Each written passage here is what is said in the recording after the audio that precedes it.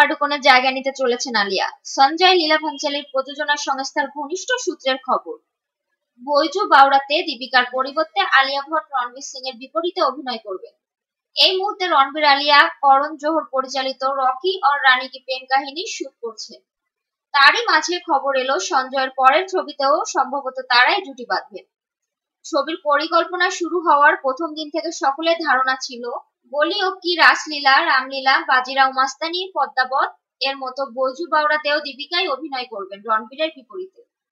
কিন্তু চলতি মাসের শুরুর দিকে জানা যায় স্বামী রণবীরের সম্মান পারিশ্রমিক চাওয়ার জন্য তাকে সঞ্জয়ের আগামী ছবি থেকে বাদ দেওয়া হয়েছে। যদিও এই বিষয়ে এখনো পর্যন্ত দীপিকা বা সঞ্জয় কেউই মুখ খুলেননি। বাদ পড়ার কারণ জানার পর বলিপাড়া তোলপাড় হয়ে গেলেও কোনো মন্তব্য করেননি তারকারা।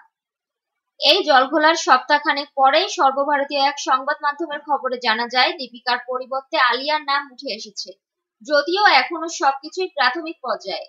সূত্রের কথা অনুযায়ী ভাঞ্চালীর ছবির আলোচনায় বসার আগে কর্ণের ছবি সিংহভাগ শুট ছেড়ে নিতে চাইছেন রণবীর এবং আলিয়া।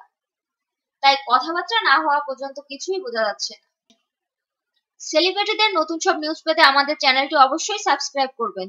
অবশ্যই বেল আইকন ক্লিক করে পাশে থাকবেন। ধন্যবাদ।